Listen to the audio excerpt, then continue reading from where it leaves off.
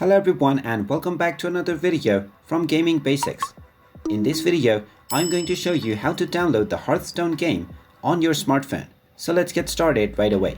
First of all, just open up your Google Play Store and then in the search box, just type in Hearthstone and then start the search. Once you find the Hearthstone application, just go ahead and tap on the install button and this will begin the download and installation of the Hearthstone game. Just wait for a while until the installation is complete, and then when you see the play button, you can just tap on it to open up the game. And now you can start enjoying the game on your Android device. And there you have it. That is how easy it is to download the Hearthstone game on your Android phone. If you find this video helpful, make sure you hit that like button and subscribe to our channel if you haven't done so already. Also ring that notification bell to never miss another update from us. Thank you for watching and I will see you again in the next video.